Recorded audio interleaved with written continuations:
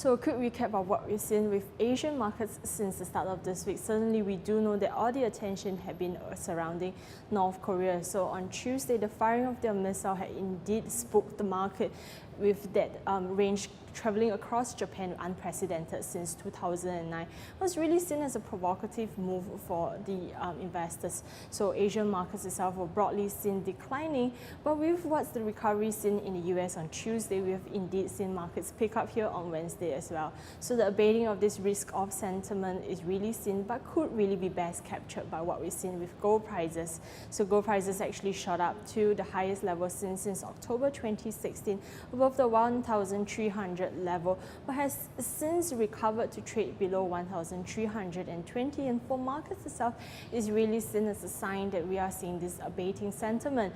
But that said, I would say that we are still expecting that concern to linger with North Korea, still expecting their focus has been on Guam and other of the Pacific regions, and those warning sentiments coming through from the other world leaders, including the UN. So keep a close watch on that for the rest of this week. But I would say the star player for this week is really on what's going on with the US dollar index. So the US dollar index, spooked by what we've seen with the risk-off sentiments, had actually sunk to the lowest level since early 2015, and that's levels that's not seen given the fact that the markets at that point of time were still speculating on whether the Fed is going to adopt the rate hike cycle. So with that said, at this current moment, we do see a little bit of recovery back above 92 level, and for the markets itself, we do know that this is a big week with items including the Q2 GDP, private payrolls, the US non-farm payrolls, and also the Fed's favorite PCE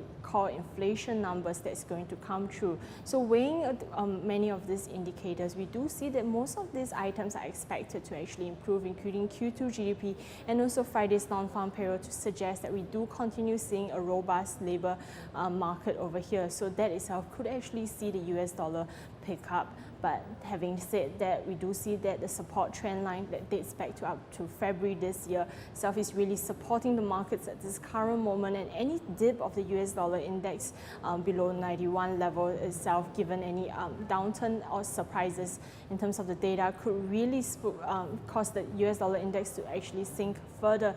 And not to forget, for markets, those trading Asian markets especially, we are also expecting China's PMI numbers coming through with a little bit of moderation expected for both the official and also the Caixin gauge. So indeed, as the markets in Asia itself is really showing a consolidation at this current moment, we will not really want to see any of these downward surprises over here. So do keep a close watch of these items that I've mentioned earlier for the trade for the rest of this week.